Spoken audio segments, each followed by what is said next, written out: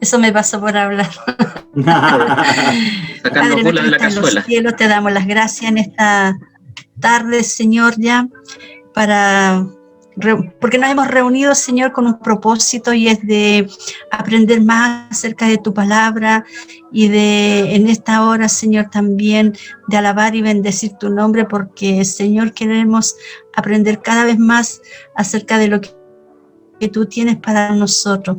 Por ello te alabamos y te bendecimos y te agradecemos por todo lo que tú nos das, y te agradecemos también por los maestros que usted ha puesto en nuestras vidas para poder enseñarnos, Señor, y así también, Padre, nosotros poder oír de ti, oír de tu palabra, la cual nos ayuda, Señor, para tener que crecer, Señor, en inteligencia, pero sobre todo en sabiduría tuya. Gracias, Dios, por ello, y oramos, Señor, en forma especial para que cada uno de nosotros esté presto para oír de ti y aprender, Señor, lo que nos entregará en el día de hoy el Maestro. Bendícelo, Señor, dale palabras, Señor, que con denuedo pueda hablarnos, Señor, y explicar, Señor, todo lo que tú tienes para nuestras vidas. Bendícenos a cada uno de nosotros, y te ruego, Señor, que todo lo que hagamos, Señor, lo hagamos en tu nombre. Gracias, Señor Jesús. Amén. Amén. Amén. Bien, vamos a compartir pantalla. Ya llegamos hoy a la clase número 5. Y acá estamos.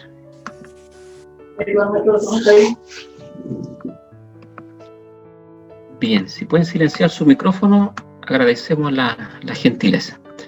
Bien, la clase número 5, viernes 2 de abril. Como tema, seguimos trabajando, estudiando un poco acerca de la bibliografía. Como propósito es hacer una introducción, y los objetivos principales de la clase del día de hoy. Primero es conocer la historia del periodo intertestamentario. Segundo, conocer acerca de los libros apócrifos.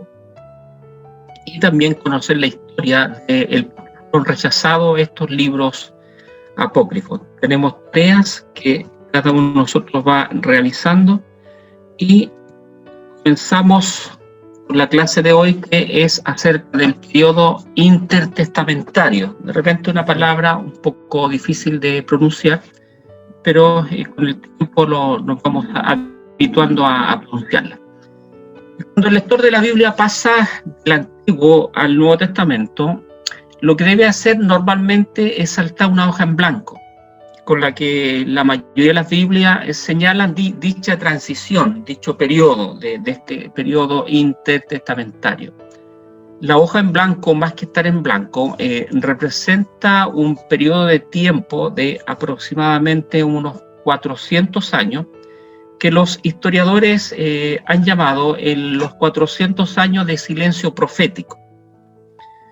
Este tiempo entre los últimos escritos del Nuevo Testamento y la aparición de Cristo se conoce también como el periodo intertestamentario, o entre los dos testamentos, el periodo que abarca el nexo, la unión entre el Antiguo y el Nuevo Testamento. Se extendió desde la época del profeta Malaquías, alrededor del año 400 años de Cristo, hasta la primera predicación de Juan el Bautista alrededor del año 25 después de Cristo. Debido a que no hubo palabra profética de parte de Dios durante este periodo, vale decir entre Malaquías y Juan el Bautista, algunos se refieren a él como los 400 años de silencio. No hay profecía registrada en el canon que abarque algún mensaje dado entre este periodo, la muerte o el término del libro de Malaquías, hasta el comienzo, cuando Juan el Bautista empieza nuevamente a enviar o a preparar el camino del Señor. La atmósfera política, religiosa y social de Israel cambió significativamente durante este periodo. Mucho de lo que sucedió fue predicho también por el profeta Daniel. Los capítulos 2, 7, 8 y 11 hablan acerca de este periodo de los 400 años de silencio profético.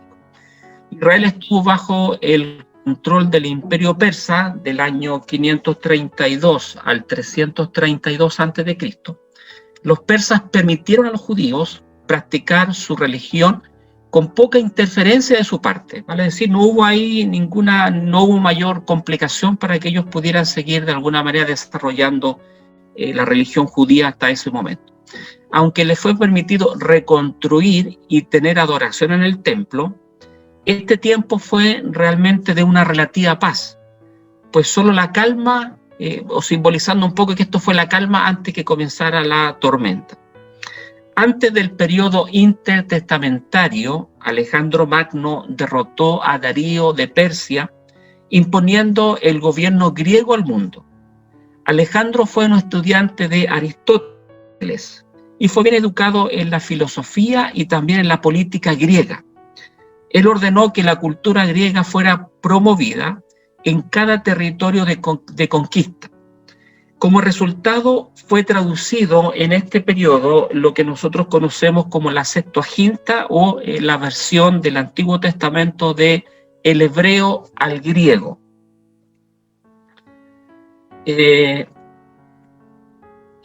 La mayor parte de las referencias de las escrituras del Antiguo Testamento fue utilizando la Septuaginta. Alejandro permitió la libertad religiosa a los judíos, aunque aún promovía el estilo de vida griega o el de los griegos. Después de la muerte de Alejandro, Judea fue gobernada por una serie de sucesos culminando en el rey Antíoco Epifanes. Antíoco hizo muchas cosas que hizo mucho más que refutar la libertad religiosa para los judíos.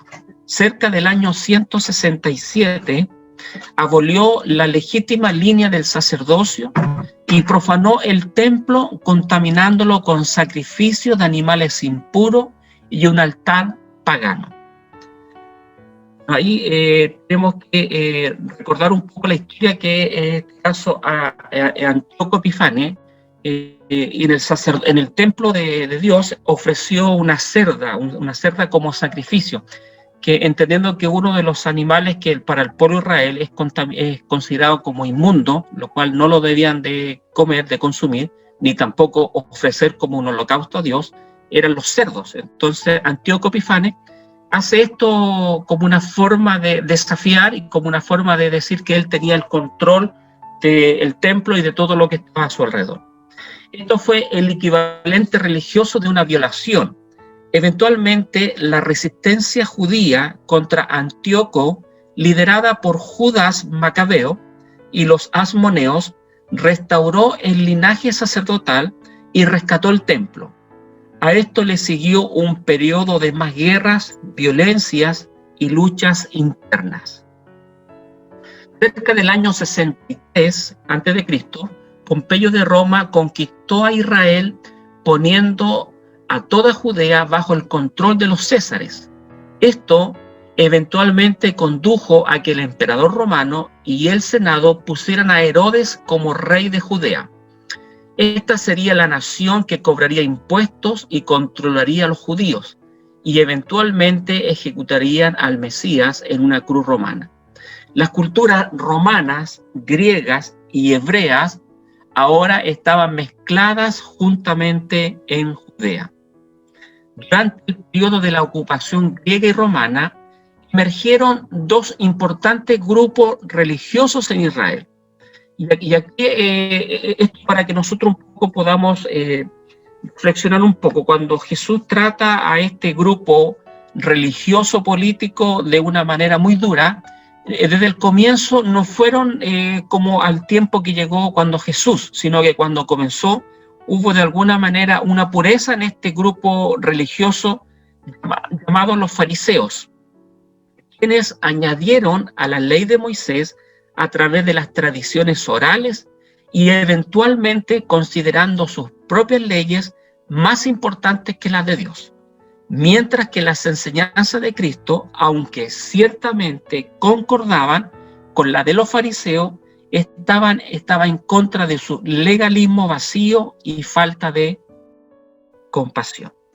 También aparecen los saduceos, representaban a los ricos y a los aristócratas. Los saduceos, quienes ejercían el poder a través del Sanedrín, rechazaban todos los libros del Antiguo Testamento, excepto los mosaicos, vale decir el Pentateuco. Ellos se rehusaban a creer en la resurrección y eran generalmente sombra de los griegos, a quienes admiraban grandemente. Los eventos del periodo intertestamentario establecieron el escenario perfecto para la llegada de Cristo y tuvieron un profundo impacto sobre el pueblo judío.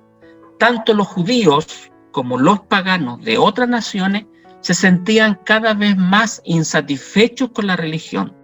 Los paganos comenzaban a cuestionar la validez del politeísmo. ¿Alguna consulta, algún aporte, alguna duda con respecto a lo que hemos hablado hasta este momento? Estamos hablando de lo que está históricamente establecido, que aconteció en este silencio profético de los 400 años, donde estamos hablando de el periodo entre Malaquías y Juan el Bautista. Pastor Jorge.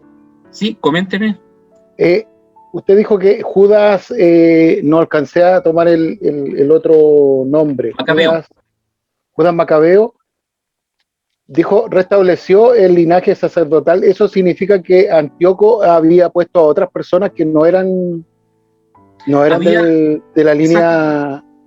Lo que pasa es que Antíoco estaba imponiendo su nueva religión y para eso hizo uso del templo, donde hizo sacrificios de animales, tomó los utensilios que habían sido consagrados para el culto judío y Antíoco Epifanes hizo, como digamos de alguna manera, usó solamente el edificio y trajo su nueva religión, por llamar de alguna manera, para poder contrarrestar un poco lo que los judíos habían comenzado desde la restauración del templo nuevamente. Entonces, Macabeos empieza toda una lucha interna para poder liberarse de este Antíoco Epifanes. ¿Eso fue por la fuerza? Fue como... Por la fuerza. Ya. Por la fuerza. Ok. Por la fuerza. Ya, gracias, pastor. Continuamos. Vamos a bajar un poquito acá. Sí. Los saduceos representaban, eso ya lo vimos, los libros que aparecen entre este periodo de los 400 años que nosotros denominamos libros apócrifos o libros ocultos. Para la Iglesia Católica, ellos le denominan libros deuterocanónicos, que significan segundo canon. Hemos estudiado ya que existen dos canos, el canon del Antiguo Testamento y el canon del Nuevo Testamento. Entonces ellos, cuando se publica, se insertan estos libros que nosotros llamamos que son 7 libros, más adhesiones al libro de Esther y el libro de Daniel, nosotros les llamamos apócrifos porque no tienen luz de inspiración. La Iglesia Católica, entendiendo que no tienen luz de inspiración, pero los considera también como parte de un segundo canon en paralelo con el canon de la Biblia. Y vamos a ir conociéndolo. Aquí la Biblia católica y la Biblia protestante difieren en los libros añadidos, conocidos como los libros apócrifos. La pregunta aquí es si estos libros forman parte o no de la Biblia. La palabra canon viene de la palabra griega que quiere decir vara, regla o norma de medición. Con el paso del tiempo, la palabra vino a usarse metafóricamente de los libros que fueron medidos y por lo tanto reconocidos como la palabra de Dios. Cuando hablamos acerca del canon de la Escritura, nos referimos a todos los libros que colectivamente constituyen la palabra de Dios, o sea, la Biblia. Los católicos romanos creen que los libros apócrifos, que son 7, y 4 libros parciales o complementarios a Daniel y a Esther, la mayoría de los cuales se originan en este periodo del silencio profético del Antiguo y Nuevo Testamento. Mientras que los protestantes llaman a estos libros los apócrifos, que significan ocultos. pero que vienen siendo prácticamente los libros que no se incluyeron en la Biblia protestantes. Los católicos romanos prefieren llamarles deuterocanónicos, literalmente segundo canon. Este llamado segundo canon, sin embargo, no tiene un estatus secundario entre los católicos. La Iglesia Católica Romana decidió que estos libros pertenecen a la Biblia poco tiempo después de la Reforma Protestante. De hecho, el Concilio de Trento, entre el año 1545 y 1563, canonizó estos libros unos 1500 años después, que fueron escritos en gran parte como una reacción a la Reforma Protestante. Se consultan dudas hasta aquí. Como haciendo un resumen, nosotros le llamamos libros apócrifos porque consideramos que no tienen luz, no hay una inspiración divina. Para la Iglesia Católica los consideran como un segundo canon para complementar lo que es la Biblia. Ahora, formalmente fueron canonizados o se consideraron ya formalmente dentro del canon después de todas los concilios, después de todas las reuniones, en el año 1545 en el llamado Concilio de Trento, que de alguna manera viene a ser como una reacción por lo que estaba aconteciendo dentro de la Iglesia en contra de la Reforma. Sabemos que la Reforma es del año 1500 y fracción, y acá la Iglesia Católica quiere como de alguna manera tomar una reacción frente a lo que estaba pasando con respecto a la Reforma Protestante. Continuamos, si no hay consulta. ¿Cuáles son estos libros apócrifos? A continuación, un resumen del carácter, contenido y fecha de composición de los libros apócrifos. Los deuterocanónicos son textos y pasajes del Antiguo Testamento considerados por la Iglesia Católica y la Iglesia Ortodoxa como canónicos, que no están incluidos en la Biblia hebrea o en el Tanaj que nosotros hemos visto. Estos textos y pasajes aparecen en la Septuaginta, una Biblia griega que data entre el año 280 y el 30 a.C. El texto utilizado por las comunidades judías e israelitas de todo el mundo antiguo, más allá de Judea, y luego por la iglesia cristiana primitiva de habla y culturas griegas. Los deuterocanónicos de la Iglesia Católica y la Iglesia Ortodoxa. Primero, tenemos el libro de Tobías. Es un relato popular y edificante. El ángel Rafael soluciona los problemas de Tobías y de Sara, dos judíos piadosos, por mediación de Tobías, hijo de Tobit. El libro destaca los deberes con los muertos y el consejo de dar limosna.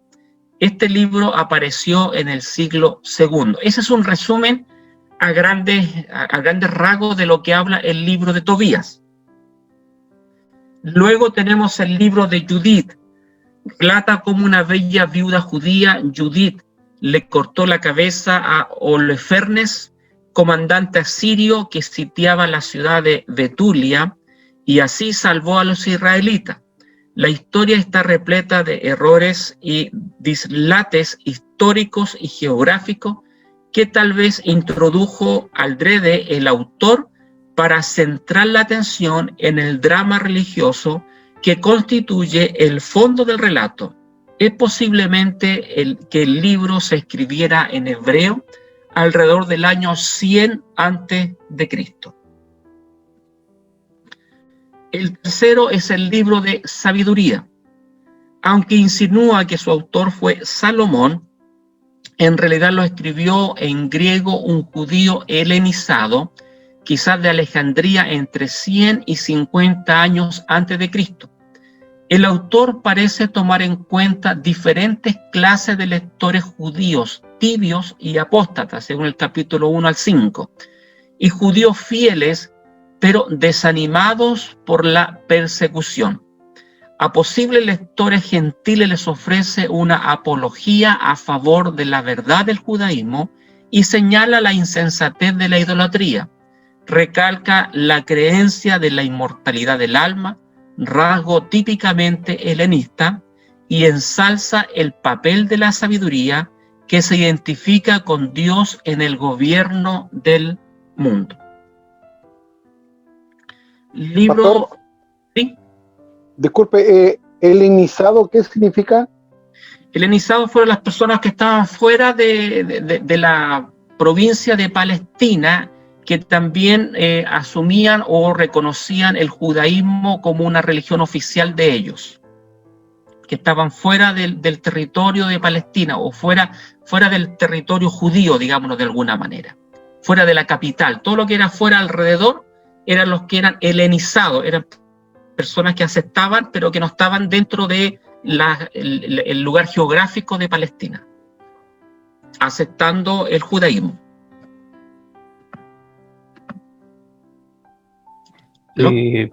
Pastor, ¿Sí? el helenizado vienen de Grecia y eran los griegos que se añadían a la iglesia cristiana.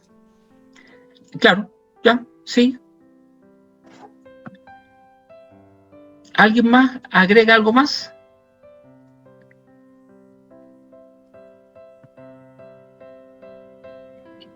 Bien, seguimos con Eclesiástico o Sabiduría de Jesús, el hijo de Sirac. Se escribió en hebreo entre el año 190 y 180 por un judío de Palestina, llamado Jesús, en hebreo Josué, hijo de Sirac.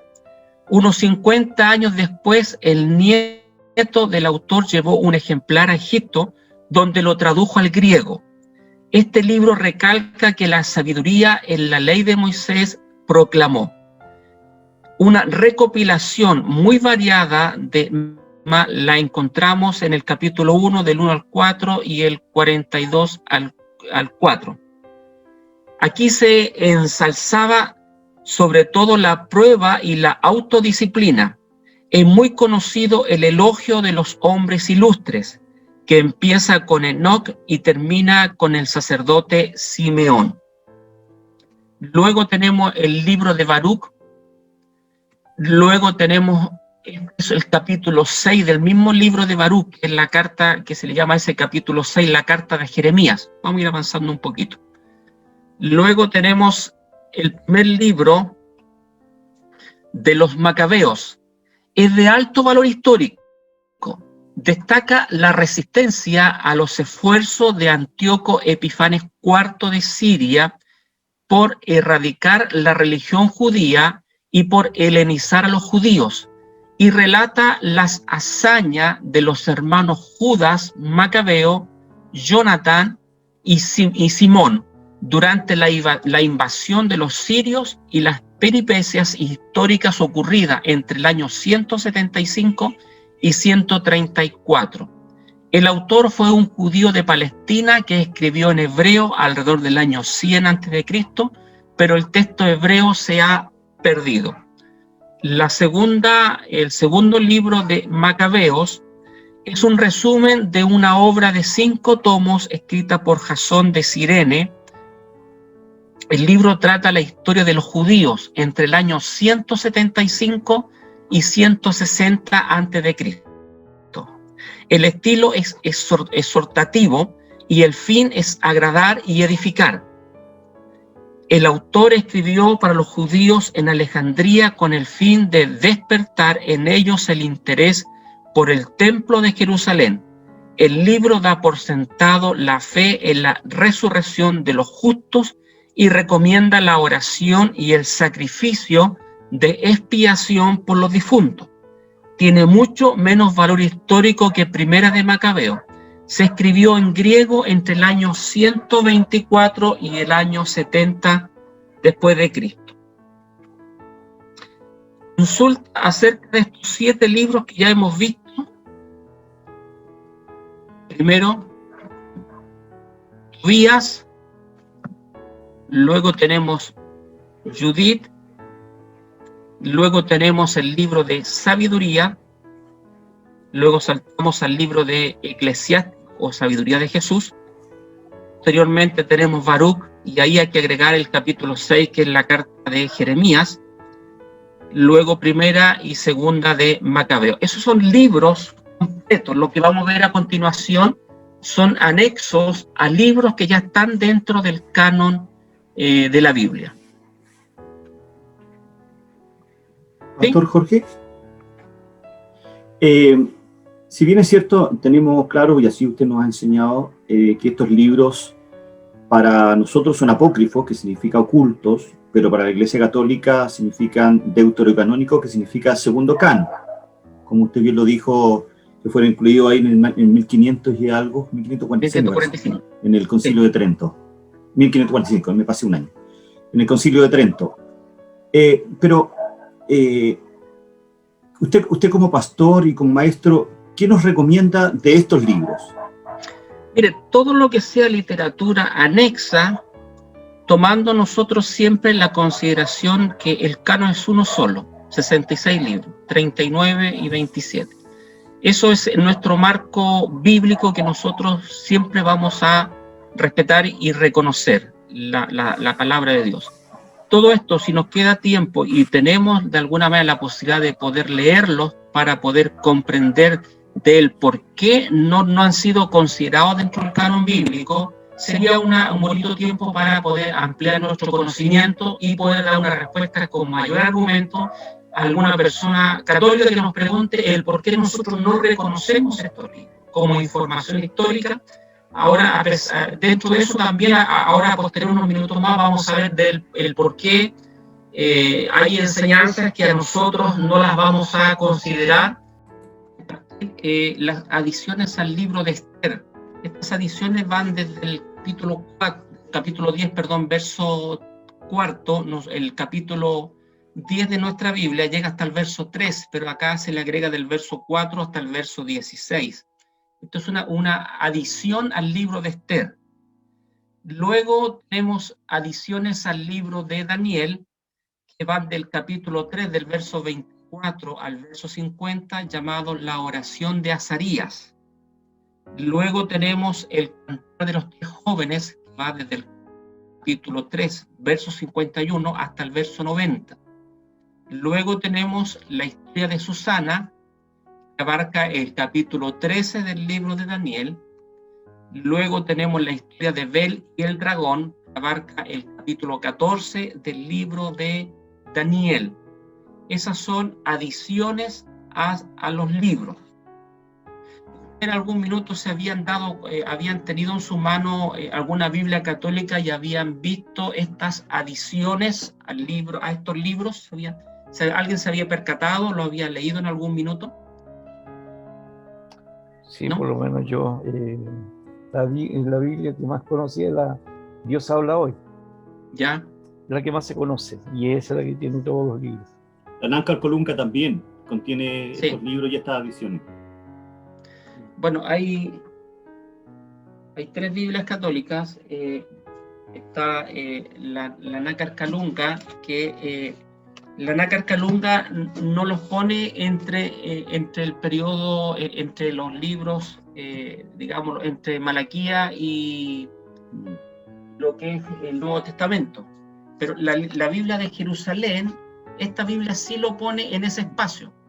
Lo pone acá en ese espacio. Y la Nácar Calunga, la versión antigua, también los pone dentro de todo lo que es el canon del Antiguo Testamento. Solamente la Biblia Nueva Jerusalén, pero la versión actualizada o la versión popular, digámoslo para nosotros, esta versión se llama popular, esa la tiene entre los 2 testamentos, entre el Antiguo y el Nuevo Testamento. Bien, continuamos.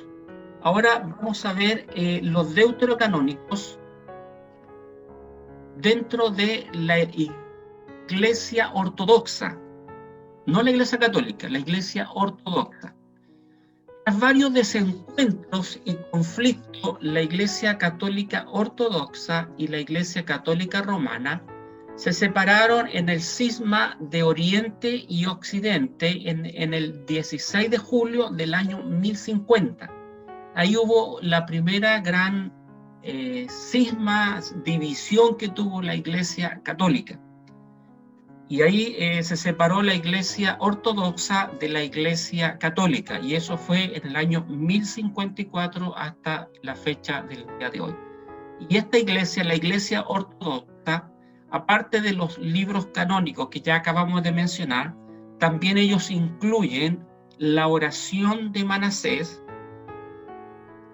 también incluyen el libro el tercer libro de Esdras, también tercera de Macabeos. También incluyen el Salmo 151 y también incluyen Salmos de David.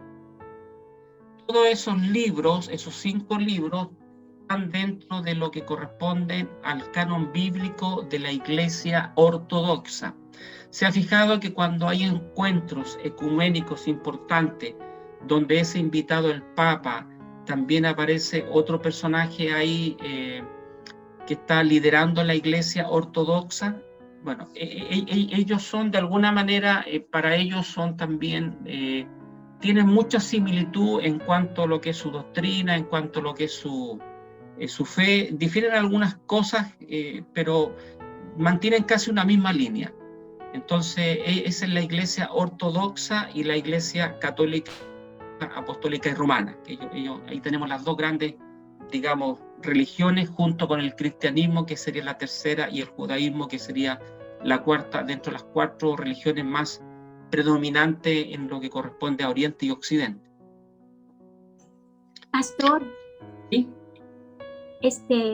La Iglesia Ortodoxa sale de la Iglesia Católica, o sea, eran sacerdotes católicos que se separan de la Iglesia Católica. En el 1054. ¿Y a qué se debió? ¿Por qué se separaron? No tengo la información frente a eso. Eso me parece que lo vamos a tocar un poquito en religiones comparadas. Me parece que se estaría tocando, pero si no, podemos averiguar algo para la próxima clase, traer cuál fue la razón, las razones principales. Lo podemos dejar ahí anotadito ahora para la próxima clase y lo vamos a traer para poder compartirlo. Bien, continuamos entonces avanzando.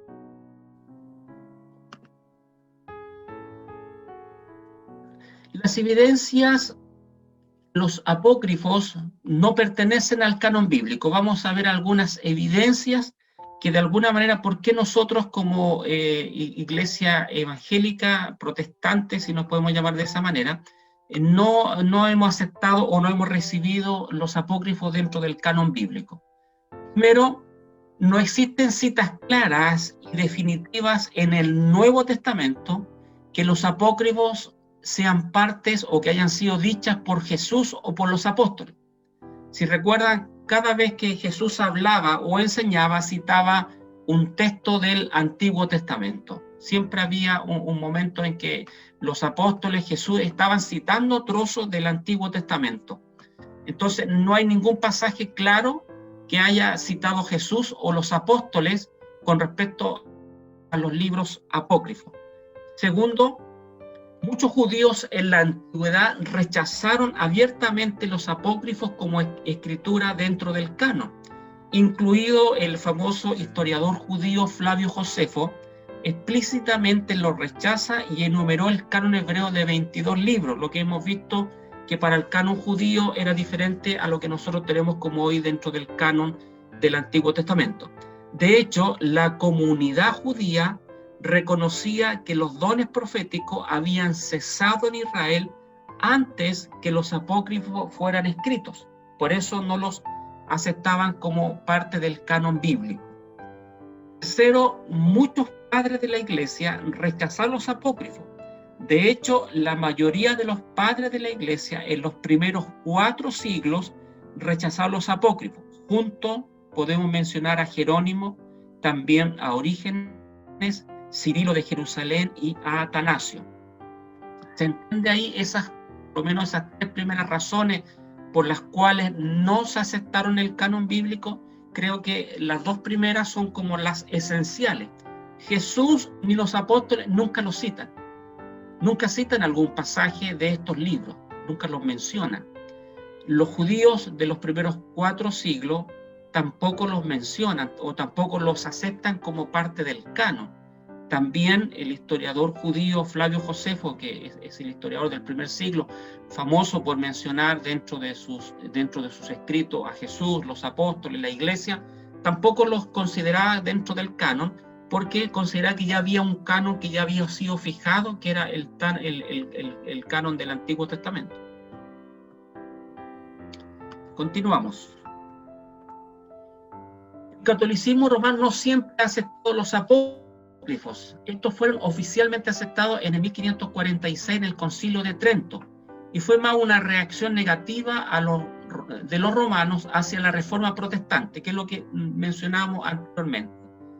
Quinto, la evidencia cristiana temprana argumenta en contra de los apócrifos con relación a su contenido. Los apócrifos contienen errores históricos. Los apócrifos contienen doctrinas antibíblicas. Los apócrifos muy probablemente no estaban en las primeras versiones de la Septuaginta. ¿Algún aporte? ¿Alguien quiere agregar algo más? ¿Comentar algo más? ¿Alguna consulta? ¿Algo? Hermano Germán.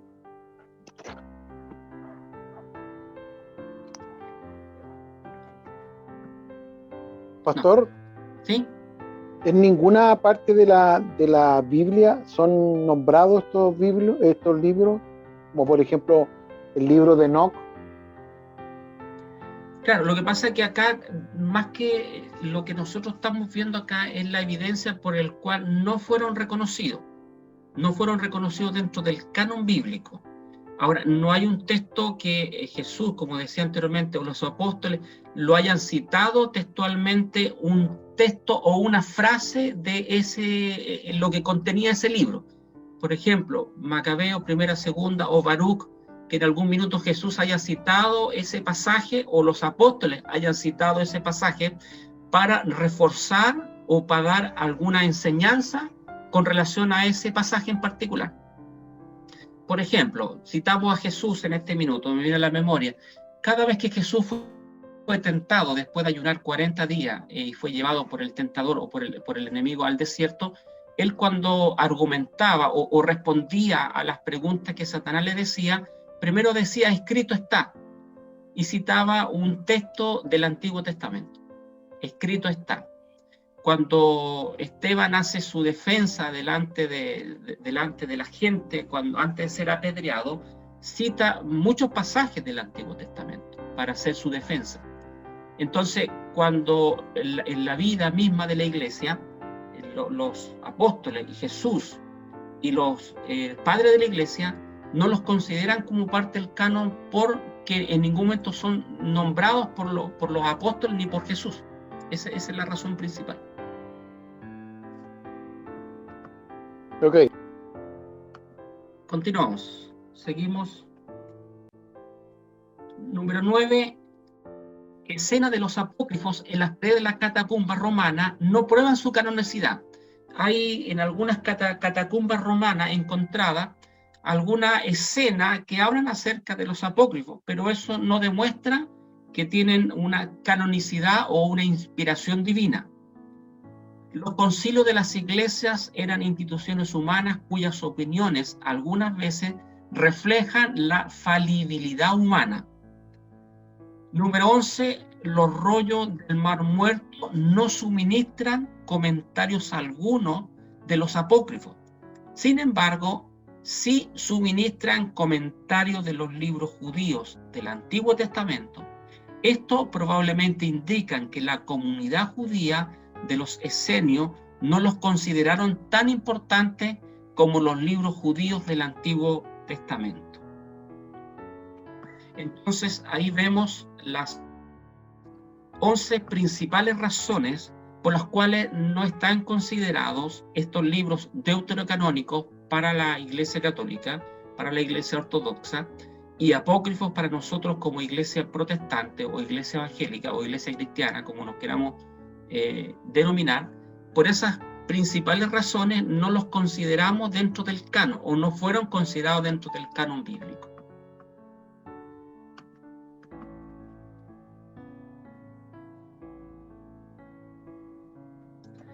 Continuamos.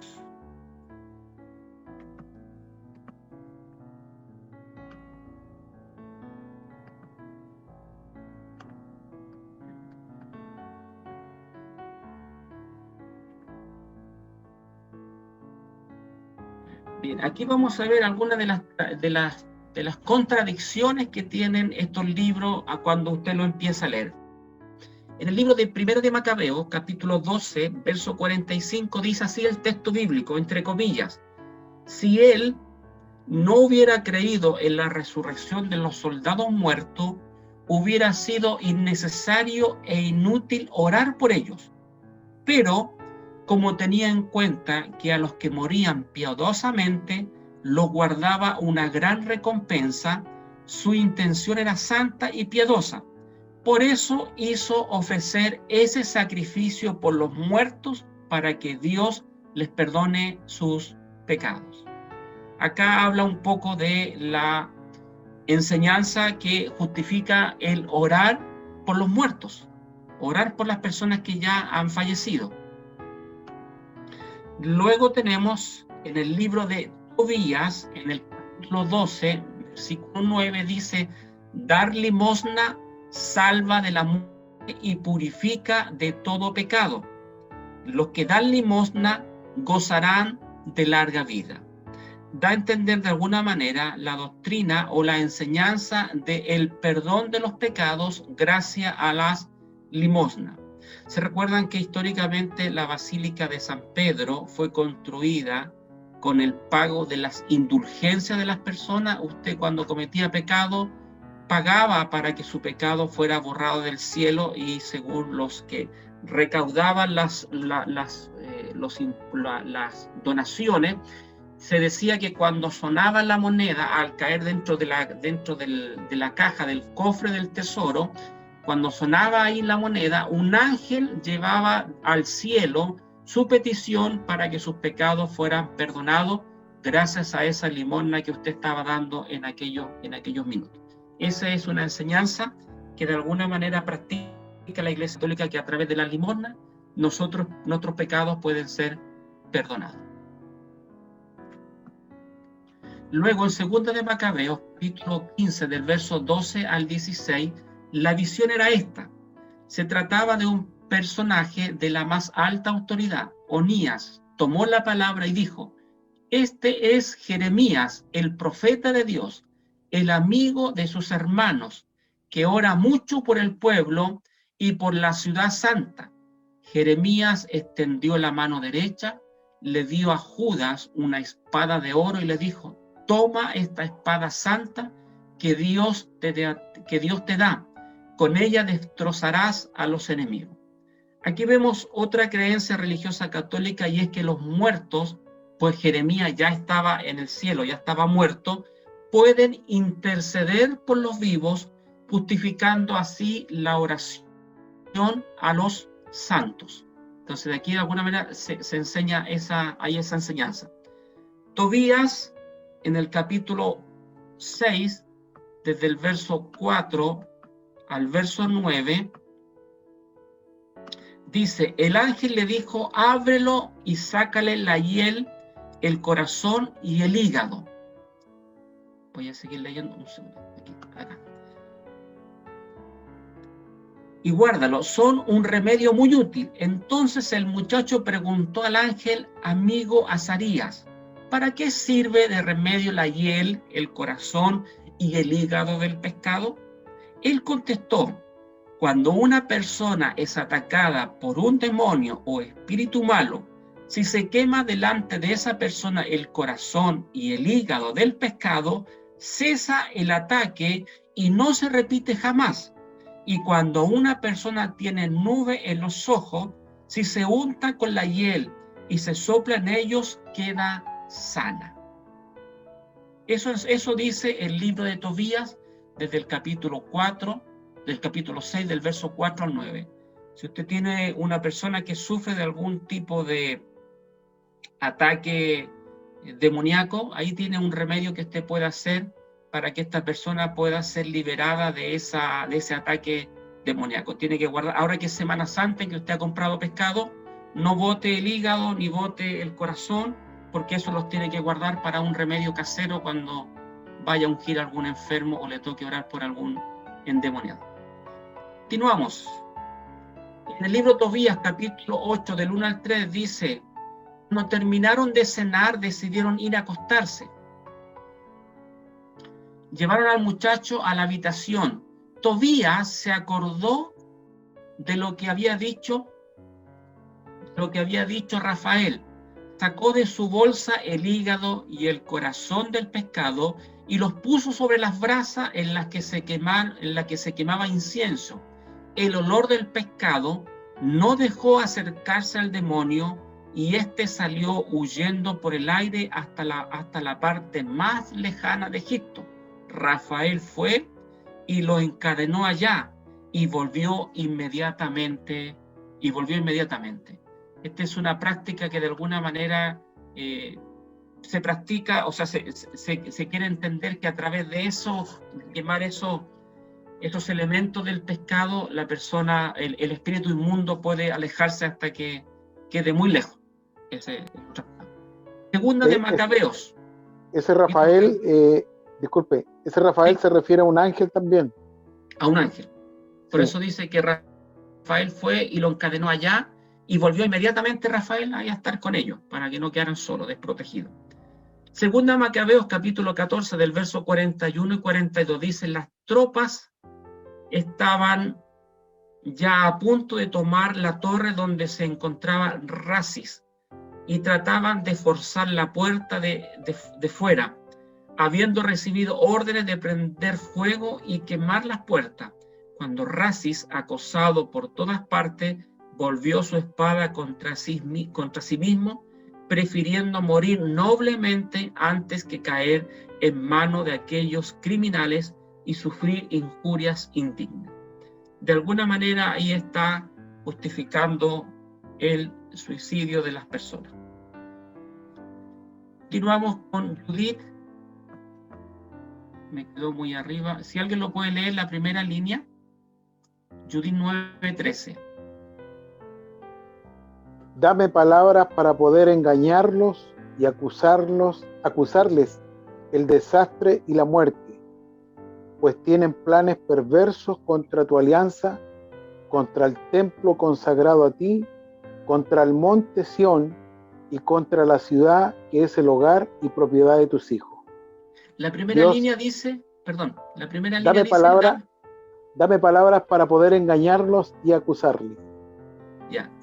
De alguna manera aquí hacen que Dios justifica la mentira y menos, o sea, Dios en ningún momento justifica la mentira y menos la inspira, por lo que este texto engaña o enseña algo contrario a lo que enseña la palabra de Dios. Luego Sabidurías 11:17 dice: tu mano omnipotente que de la materia sin forma creó el mundo. Según el Génesis, Dios creó al mundo de la nada, solo con su palabra. Acá de alguna manera está hablando que de la materia, de lo que ya existía, Dios le dio forma al mundo. Y entendiendo que nosotros creemos que en Génesis Dios crea al mundo de la nada. Dios toma de la nada y hace al mundo. Luego Eclesiástico dice: también Dios aborrece a los malvados y les dará su castigo. Debe dar al bueno, pero no al malvado. Da alivio al afligido, pero no des nada al orgulloso. Contradice claramente el mandato divino de amar a nuestros enemigos y no tiene en cuenta la misericordia divina. A nosotros no nos es permitido juzgar si una persona es buena o no. Todo el juicio le pertenece a Dios. Consultas, dudas de lo que hemos visto hasta aquí. Estos son pasajes que están dentro de los libros deuterocanónicos. Son textos bíblicos con su cita, que cuando usted se consiga o tenga la oportunidad de tener a la mano una Biblia, va a poder encontrar estos textos que de alguna manera contradicen las enseñanzas que la Biblia, que nosotros hemos aprendido al estudio de la palabra.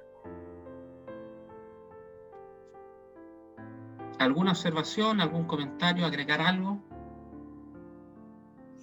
Pastor, ¿significa que estas creencias de la Iglesia Católica salen de estos libros apócrifos?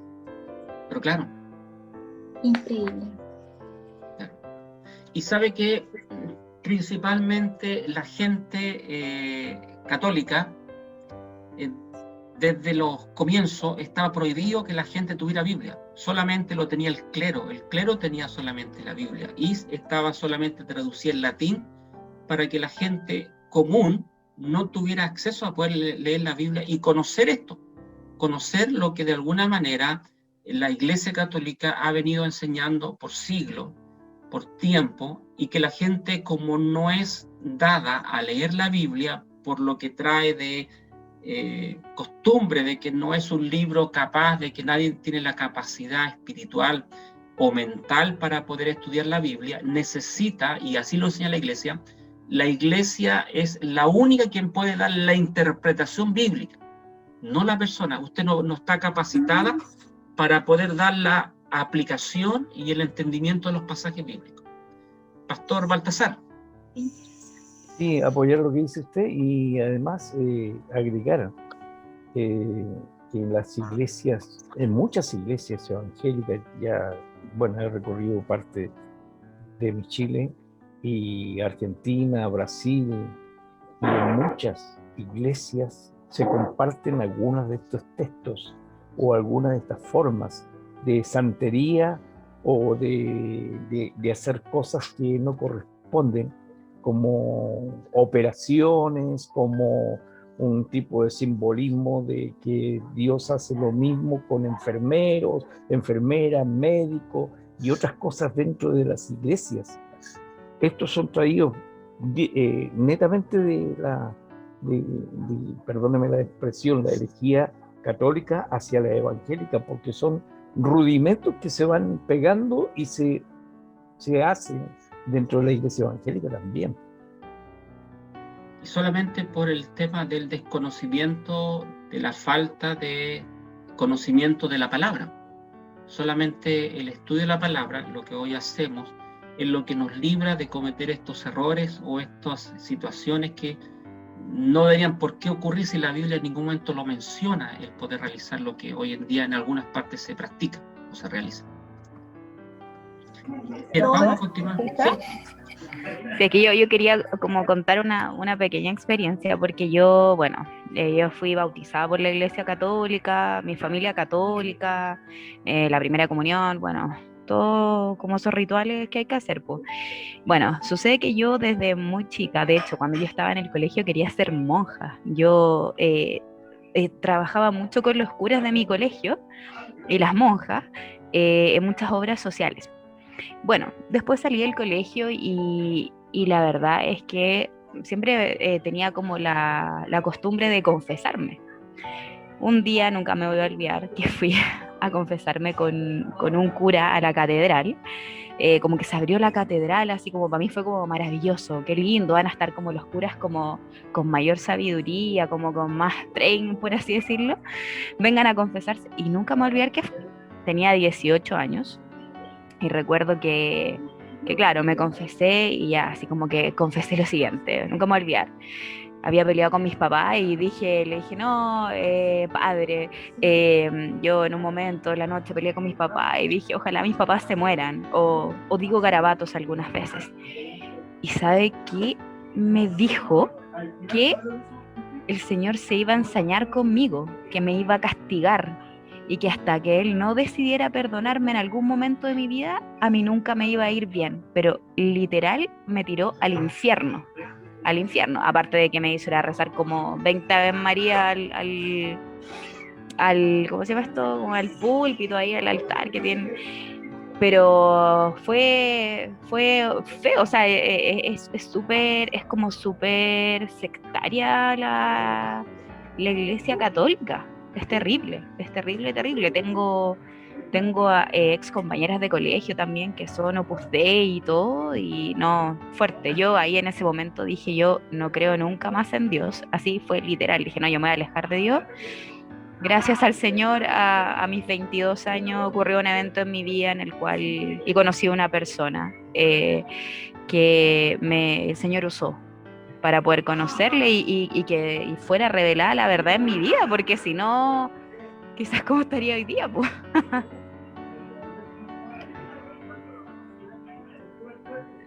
Bien, sí, eso pasa. Sí, Eso quería pasa. contar que es súper condenador, y entonces me hizo mucho sentido lo que ahora, todo lo que estamos aprendiendo, porque muchas de esas cosas, o sea, te las leen así como textualmente y que hay que como que ponerla en práctica. Sobre todo el tema que cuando te dicen que la gente cuando muere, quien sea, se va a ir al cielo y que después te va a encontrar con todo. Entonces, no, es fuerte, pero gracias al Señor que tenemos disponible su palabra y ahí tenemos la verdad. Exactamente, tenemos disponible la palabra. Sí. Bien, continuamos también vamos a hablar un poquito acerca de los errores. Viene también en la parte histórica. A ver, el libro de Baruch dice, este es el libro que Baruch, hijo de Neerías y descendiente de Maasaías, Sedequías, Asadías e Hilquías, escribió en Babilonia el día 7 del mes del año quinto, después que los caldeos se apoderaron de Jerusalén y la incendiaron. Acá crea una contradicción con el libro de Jeremías, que afirma claramente que Baruch no estaba en Babilonia, sino en Egipto. Estoy estudiando, mi amor. Por el contrario, Johanán y todos los jefes militares reunieron a la poca gente de Judá que aún quedaba, incluyendo a Jeremías y a Baruch, sin hacer caso de la orden del Señor. Todos ellos se fueron a Egipto y llegaron hasta la ciudad de Tafnet. También tenemos en Judith 1:1, dice, cuando Nabucodonosor estaba en el año 12 de su reinado sobre los asirios en Nínive, su capital. Está demostrado y documentado que Nabucodonosor nunca fue rey de Asiria, sino de Babilonia. Aunque conquistó este reino, nunca trasladó su capital a Nínive. Es un error geográfico histórico también. Como conclusión, podemos pensar que estos libros cuyos autores reconocen su propia autoría y no la inspiración divina, que contienen errores históricos, prácticas paganas, contradicciones con la palabra inspirada por Dios y que no fueron nunca reconocidos por los maestros judíos, Jesucristo, apóstoles y padres de la iglesia, que los consideraban como de segundo orden, no debieron ser admitidos en la Biblia con el mismo rango que el resto de libros del Antiguo Testamento. ¿Qué quiere decir eso? Dejamos de compartir que de alguna manera los libros deuterocanónicos para la Iglesia Católica, libros apócrifos para nosotros, no tienen un argumento bíblico, histórico, teológico, para que sean reconocidos como tales, sino que estos son admitidos de otra manera para contradecir o tener como un arma de ataque, un arma de defensa, una reacción frente a lo que se estaba viviendo con relación al tema de la reforma. Entonces, por esa razón es que nosotros al día de hoy no los reconocemos como parte del canon, ni tampoco los tenemos dentro de libros autorizados para poder compartir alguna enseñanza dentro de la iglesia. Jesús nunca los mencionó, los apóstoles nunca los mencionaron, y por lo que acabamos de leer, muchos de ellos nos incitan a poder practicar enseñanzas, doctrinas que están fuera del marco bíblico. Esos son los llamados libros deuterocanónicos o libros apócrifos. ¿Algún comentario final, algún comentario general que alguien quisiera agregar algo para... Pastor, ¿Sí? la veneración a la Virgen María, ¿sale también de alguno de estos libros canónicos o sale de alguna otra fuente? Salen de los concilios. Los concilios son los que ponen a la altura de la divinidad a María. Vamos a ubicar cuál fue el concilio en el cual se le da, el concilio católico, donde se le da la veneración a María y donde se le pone de alguna manera el mismo estatus que tiene Dios, que tiene Cristo y que tiene el Espíritu Santo. Tenemos 2 complementos de tarea para la próxima clase, pero están en un concilio dado por la Iglesia Católica. Los concilios eran las reuniones donde se definían doctrinas, donde se definían las normas que iban a guiar la Iglesia.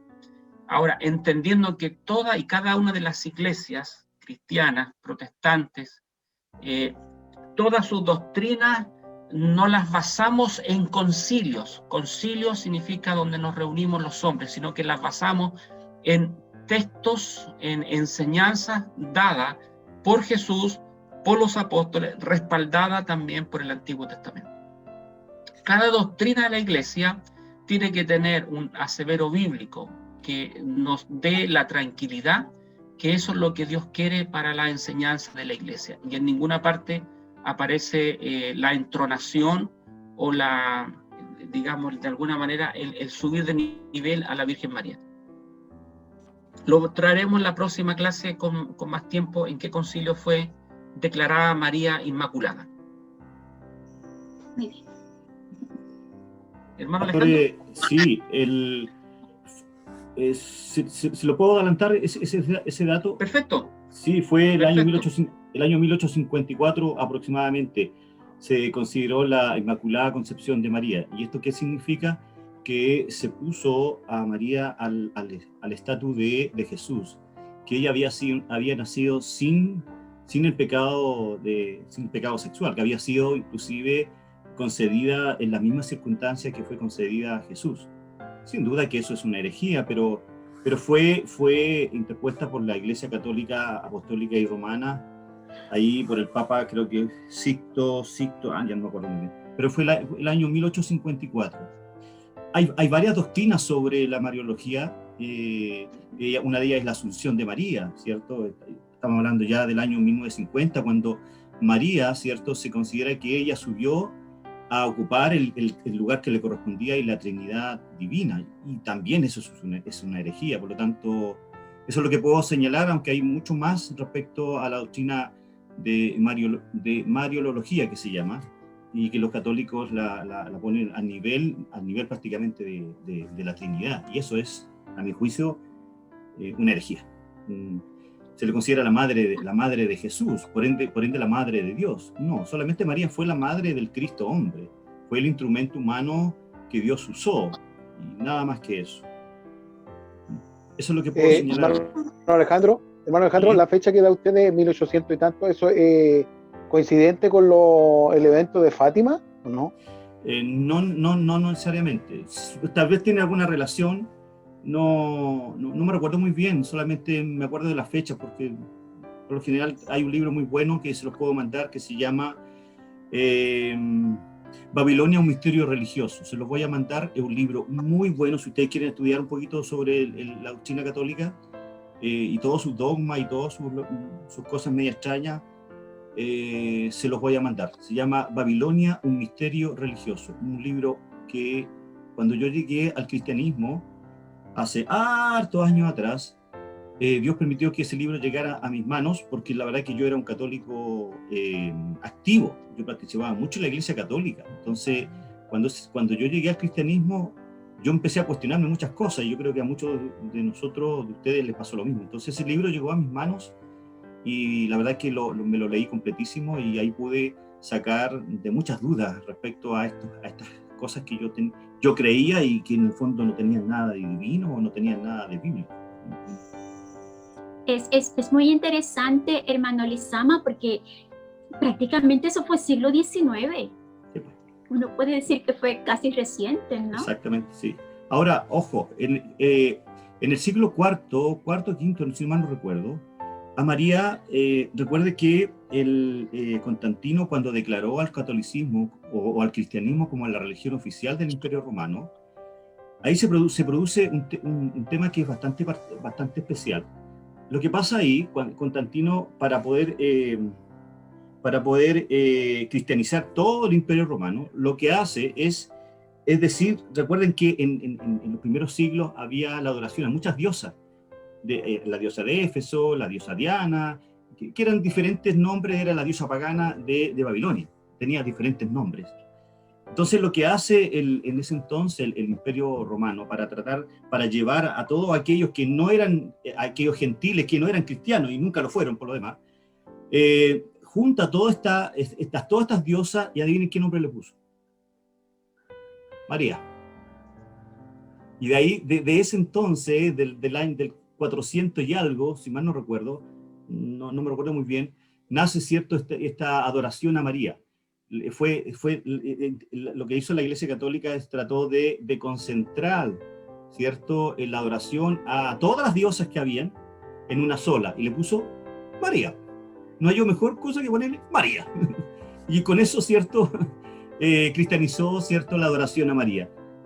Y hay otras locuras más que hay ahí en ese libro, le va a sacar mucho de dudas, léanlo por favor. Y respecto a los libros apócrifos, le acabo de mandar al WhatsApp un dossier que yo tenía, lo encontré ahí buscándolo, para que también es como complemento para la clase que hoy día nos entregó nuestro pastor Jorge, ¿ya?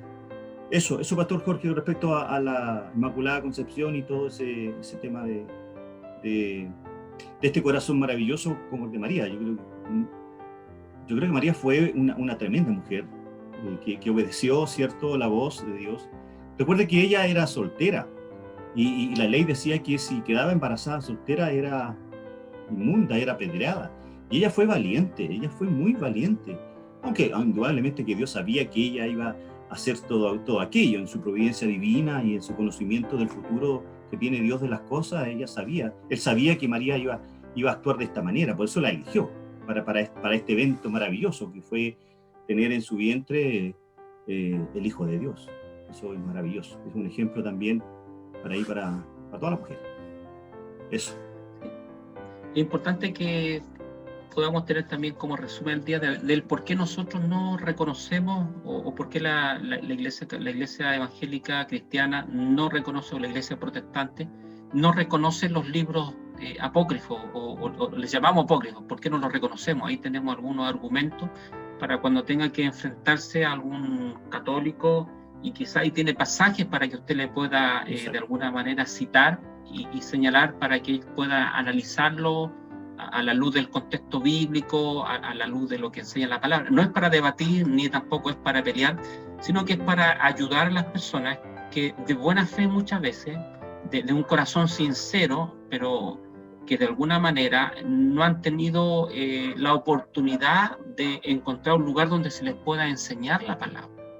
Y yo creo que el conocimiento, el conocer la palabra, es lo que de alguna manera ayuda a que nosotros podamos entender el mensaje de salvación que Dios tiene para la humanidad. Entonces, por eso es que es importante que nosotros podamos tener esta instancia de conocer un poco el por qué nosotros no aceptamos la Biblia o los libros deuterocanónicos que tiene la Iglesia Católica. Esas son las razones principales para que las podamos reforzar, reestudiar y tenerla ahí como una herramienta para compartir con nuestra familia o con alguna persona cercana que sepamos que practica la religión católica. Bien, al no haber más consultas, vamos a dar por término la clase de este día del periodo intertestamentario, los libros apócrifos deuterocanónicos, y la próxima semana seguiremos avanzando, Dios mediante, en lo que sigue con esta clase de bibliología. Así que vamos a orar, y voy a invitar a mi hermana Priscila, que la veo ahí en el lugar ahí arribita conectada con el nombre de Miqueas, que pueda orar para dar término a la clase del día de hoy. Amén. Amén, mis hermanas, mi hermana. Padre Celestial, te damos gracias por este momento, Señor. este momento que hemos apartado para estudiar tu palabra, Señor. Te damos gracias por quienes están reunidos, Señor. Atrás tienen familias también, sea la bendición llegando hacia ellos, Padre Celestial, a sus hijos, a sus nietos, a todos los que formen su familia, Señor. Y agradezco también este momento, Señor, damos gracias por nuestro pastor Jorge, Señor, por su tiempo que aparta para enseñarnos, Señor, y damos gracias, Señor, a cada uno de los que ha dispuesto su corazón, el tiempo, el día, Padre Celestial, a lo mejor de una jornada de trabajo, como muchos, a lo mejor otros ya aprovechando este día libre, Señor, de descanso, pero damos gracias, Señor, porque todos y cada uno hemos de alguna manera dispuesto a estar aquí escuchando de ti, Señor, y aprendiendo más, Señor. Te damos gracias, Señor, y así permita usted en su voluntad la próxima semana, con el día martes, con el día viernes, Señor, ir conociéndole más, Señor. Así también añada, Señor, sabiduría, Padre Celestial, a quien nos cuesta a lo mejor más, Señor, y agrega también la gracia, Señor, para poder entender, Señor. Te damos gracias por todo, Señor, y nos despedimos, Señor, de cada uno de los hermanos, pero bajo su misericordia y su protección, Señor, le pedimos que siga con cada uno de nosotros en nuestros hogares. Se lo pedimos todo esto en su santo nombre. Amén y amén. Amén. Permítame una última palabra, hermanos. Hoy se ha dado una cifra récord de los contagios del coronavirus. Por favor, obedezcamos a las autoridades puestas por Dios. Más que criticarlos, más que señalar si lo hacen bien o mal, a nosotros como cristianos nos corresponde orar por ellos para que el Señor les use y puedan dar normativas para que podamos nosotros cuidarnos a la vez también. Y nosotros usemos lo que Dios nos ha dado, que es la prudencia. Dios nos llama a nosotros que somos gente de luz. Y por eso le invito a que podamos cuidarnos. Cuidémonos de esta situación que estamos viviendo. Así que les queremos mucho y queremos seguir viéndole acá en las clases. Así que a cuidarse durante estos días que estamos viviendo. Amén. Amén. Así que Amén. bendiciones, que descansen. Igualmente. Coman harto pescado. Amén. Bendiciones. Que no se olviden, guarden la hiel, el Dios los corazón, bendiga. el hígado, hay que guardarlo. Acuérdense del holocausto de paz, Pastor Baltasar. Cariños, chao, chao. Dios les bendiga. Chao, Chao. Cariños. Chao, que Chao. Dios bendiga. Bendiciones. Que Dios los bendiga. Que estén bien. Saludos a la República de Pudahuel Sur. Gracias, muchas gracias. Adiós. A Cabrero. También. Chao, chao. Dios los bendiga. Chao, chao. Que Dios les bendiga. Bendiciones, Puerto Rico. Chao, hermano Alejandro. Chao, adiós. Chao, chao. Puerto Rico.